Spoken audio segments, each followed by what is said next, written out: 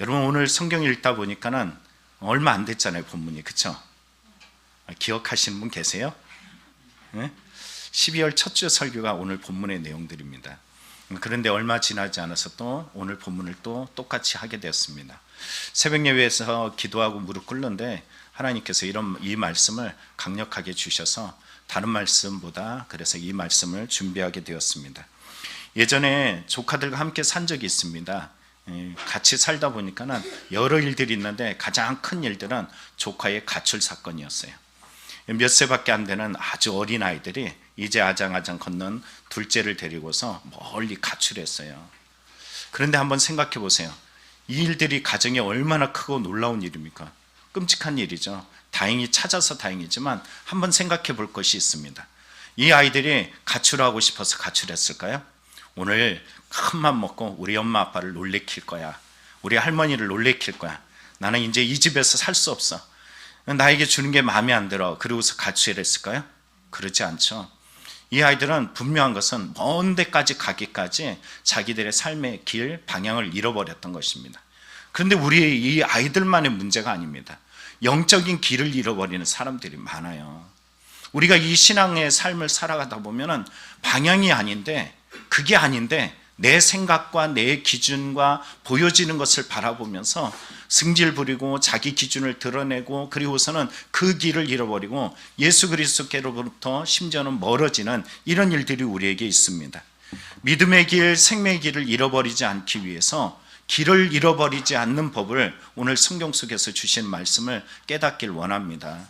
그래서 주님 오시는 날까지 이 믿음의 길을 완주해 나가는 저와 여러분들이 되기를 간절히 축원합니다. 그러면 그 길을 잃어버리지 않기 위해서 어떻게 해야 되느냐? 첫째는 별만 바라보라고 오늘 본문에 말해주고 있습니다. 동방 박사는 2000년 전에 정말로 저 페르시아 또는 그 더 먼 곳으로부터 이곳에 올 수 있었던 이유는 다름 아니라 성경의 2장 2절에 이렇게 말합니다.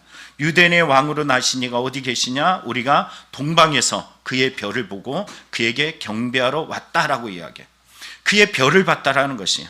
먼 길을 마다하지 않고 그의 별을 봤다라고 이야기합니다. 근데 그의 별이라는 이 부분을 우리가 계시록에서 한번 찾아볼 수 있는 대목이 있어요. 예수님께서 이렇게 말씀하십니다. 나 예수는 이렇게 말씀하시면서 나는 다윗의 뿌리요 자손이니 곧 광명한 새벽별이라. 예수님께서 당신을 말씀하실 때 나는 별이야, 새벽별이야 이렇게 말씀하고 있습니다. 동방박사가 오는 길에 여러분 별이 밝겠어요? 달이 밝겠어요? 그렇죠, 달이 밝습니다. 달이 훨씬 밝지만 달이라는 것이 예수께로 인도하지 않습니다. 낮이 되면 태양빛이 별빛을 가리우지만 그 태양빛을 쫓아간다고 해서 그게 예수께로 우리를 인도하지는 않습니다. 우리는 아무리 힘들고 아무리 어렵고 아무리 지치더라도 그 예수의 길을 가는 이유는 다름 아니라 예수께로 가는 그 별은 별것 없고 보잘것 없을지라도 그 별 예수 그리스도를 바라보고 나아갈 때 비로소 거기에 도착한다는 것을 잘 알고 있기 때문입니다. 오늘 그 동방에서부터 예루살렘 이곳까지 오기까지 이들이 얼마나 힘들고 괴로운 과정을 겪었는지 알만한 대목이 느헤미야 2장에 나옵니다. 느헤미야는 술 맡은 관원장이었어요. 오늘날로 이야기하면 경호실장과 동등하다라고 이야기합니다. 안전에 대해서 누구보다도 잘 알아요. 그래서 안전적인 문제를 이 느헤미야가 왕에게 이렇게 말해요. 나에게 친서를 써서 거기 가는 길에 전달할 수 있게 해주십시오. 안전하게 갈 수 있게 해주십시오. 그랬더니 왕이 뭐라 그러냐면은 안 된다는 거예요. 왕은 친서 써줄 뿐만 아니라 더하여 준 것이 있는데 이렇게 말합니다. 군대 장관과 마병을 보냈다라고 이야기해요.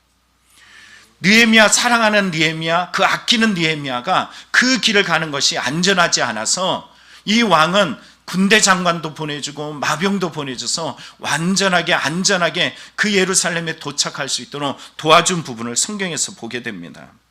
안전한 조치가 필요한 곳이 바로 이 여정이에요. 인생의 여정 속에서 안전이 필요합니다. 그런데 이 안전을 마다하지 않고 이곳까지 두려워하면서 방향을 잃지 않고 끝까지 올 수 있었던 이유는 여기에 성경에서 보았던 것처럼 바로 예수께로 인도하는 별 때문이라는 것이에요.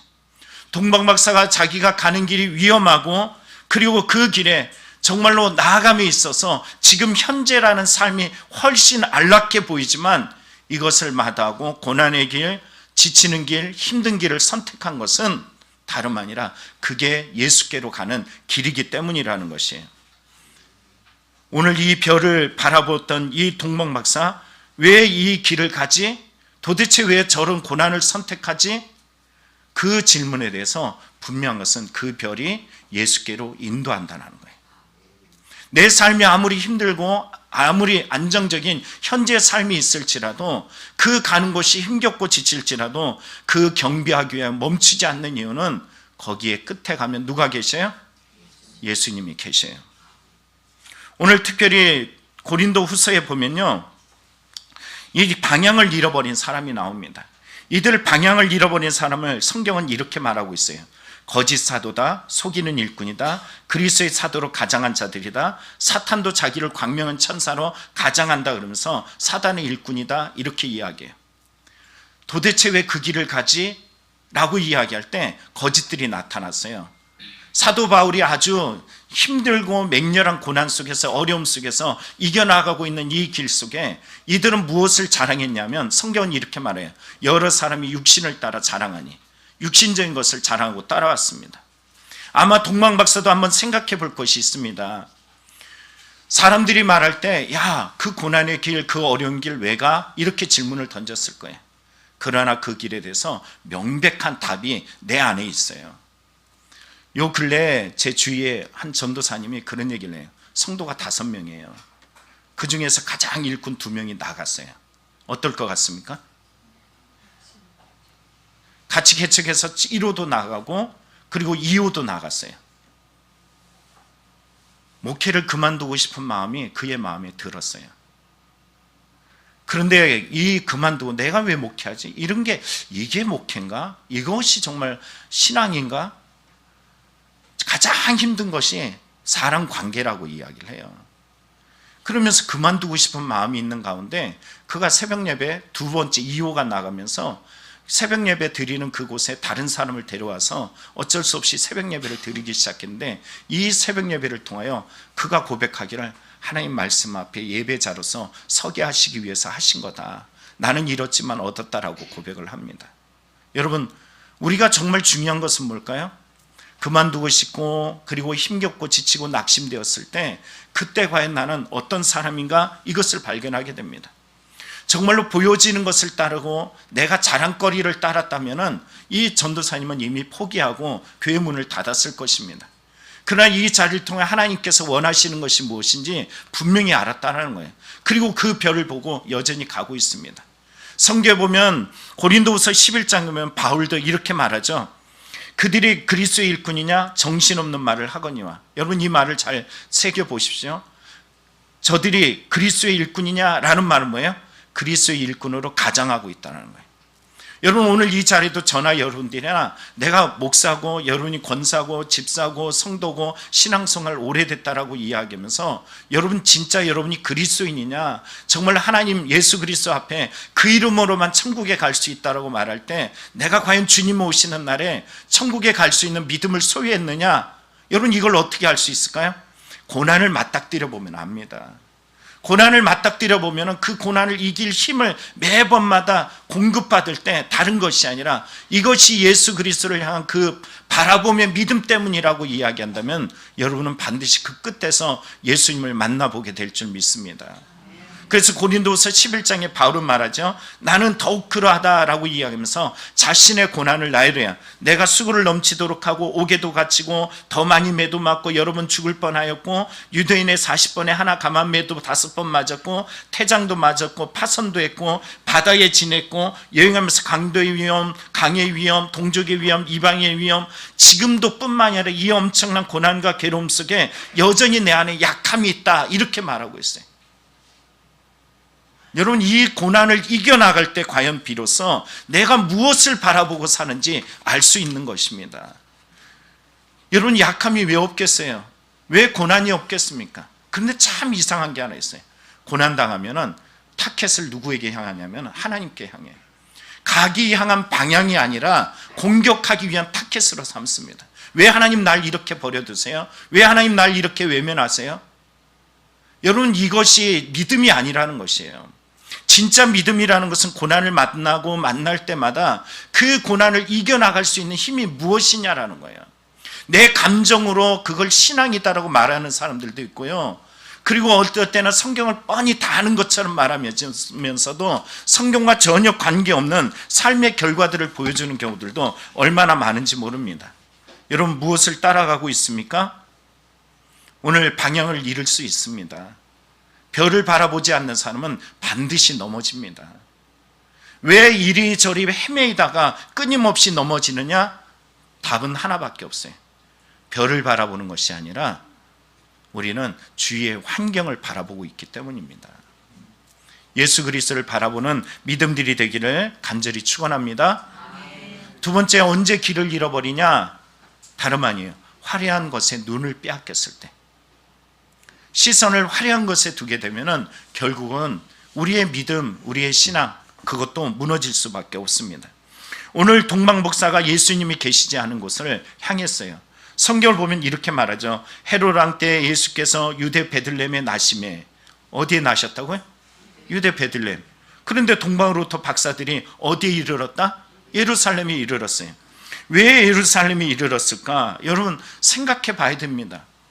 당시 시대 때 제가 예전에 고고학을 잠깐 읽어보다가 깜짝 놀란 것이 있는데, 그래서 오늘 다시 한번 고고학을 찾다가 못 찾아가지고 다른 것을 한번 사전을 한번 찾아봤어요. 그랬더니 이 당시에 이 예루살렘 백석 대리석으로 되어 있고요. 그리고 위에는 이 황금으로 되어 있어가지고 빛을 비추면은 여행객들이 그곳에서 걸음을 멈추고서 그냥 그 자리에서 멍하니 있다라는 거예요.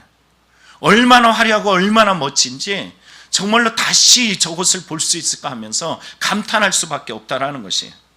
그런데 이들은 이곳에 마음을 뺏겼어요. 예수님이 어디 계세요? 베들레헴에. 별을 보고 가다가 거의 다 오고 나서 여기서 넘어집니다.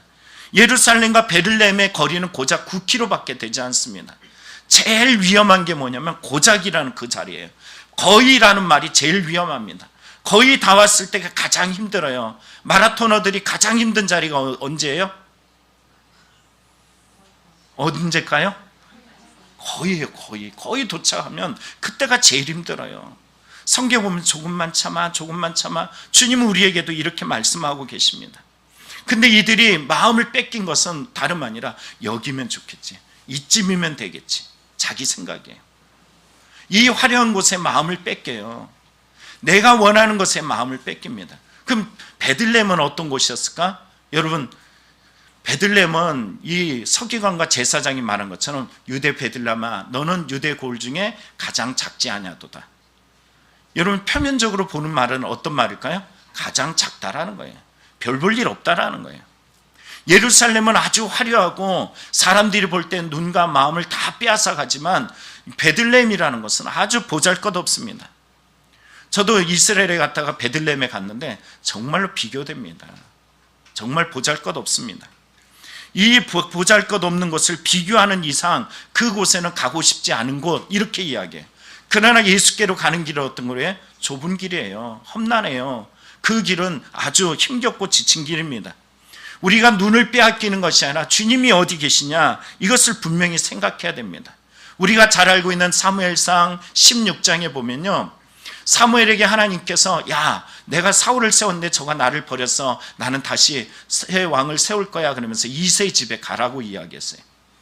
이새의 집에 딱 갔더니 사무엘이 깜짝 놀랍니다. 왜냐하면 기름 부을 자를 찾으면서 아들들을 오라 그랬는데 한 사람한테 마음을 빼앗겼어요. 성경이 이렇게 말합니다.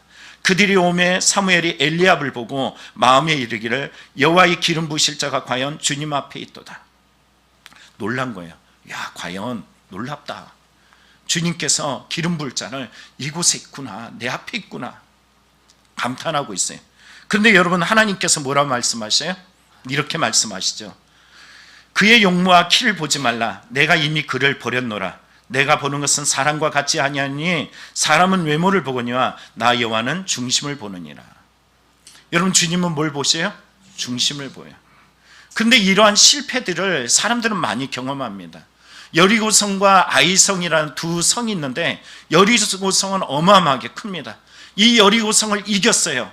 그러면 그 다음 성의 아이성, 아이라는 말은 작다라는 뜻이에요. 눈에 보아도 작고 인원도 적습니다.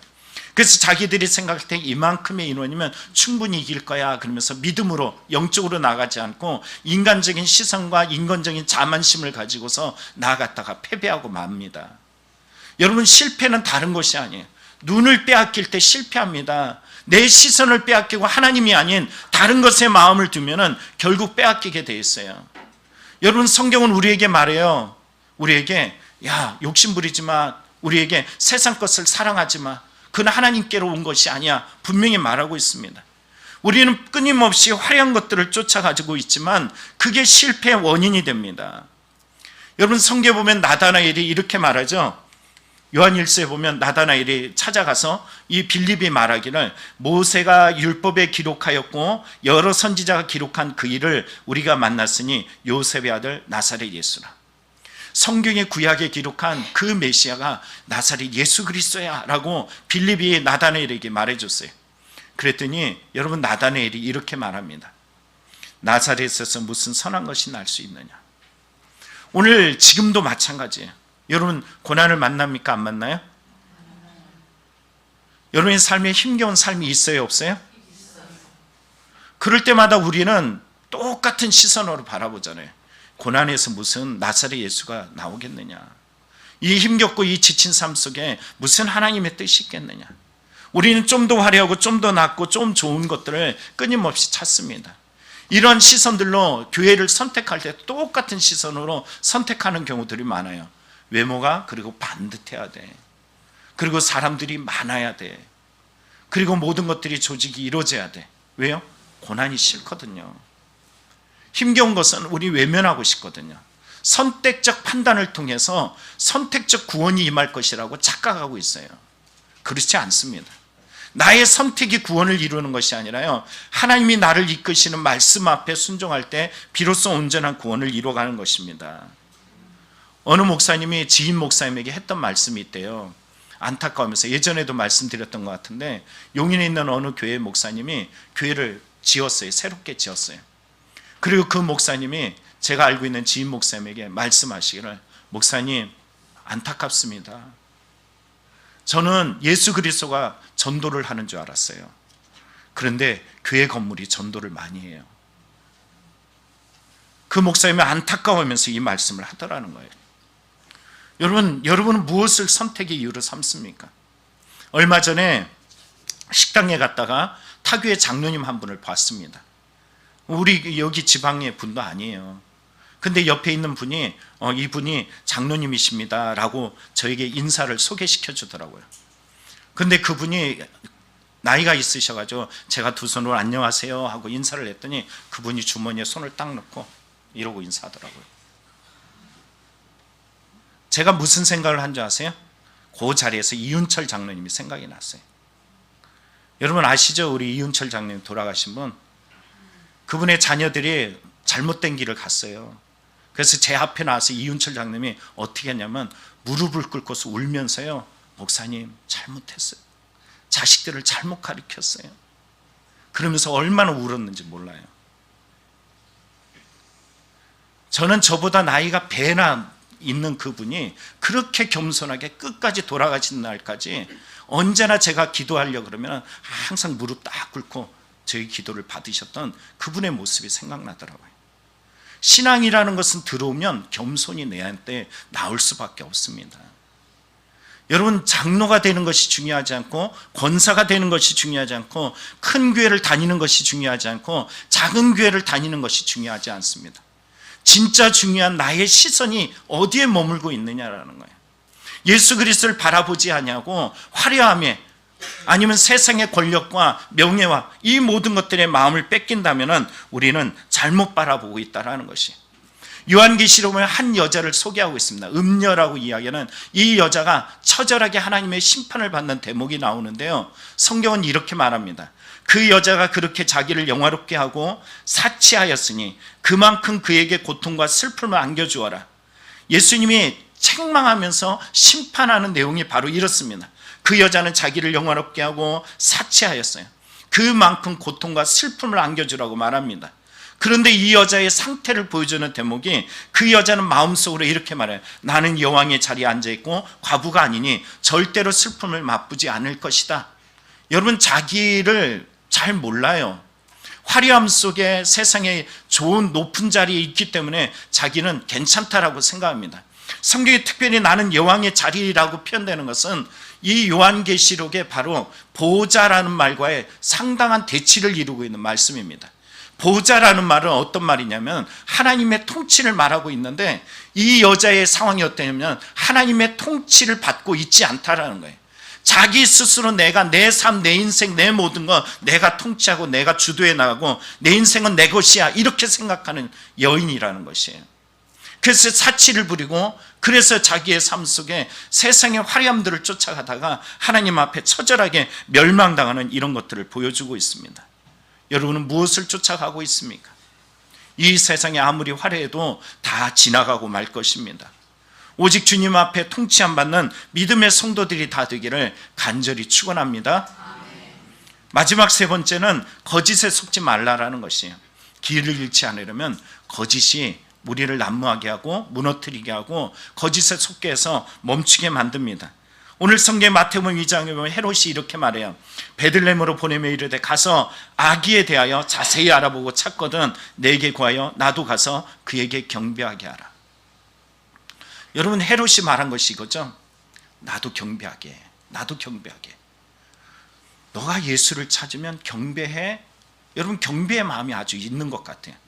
그러나 이게 실제 마음이 아닙니다.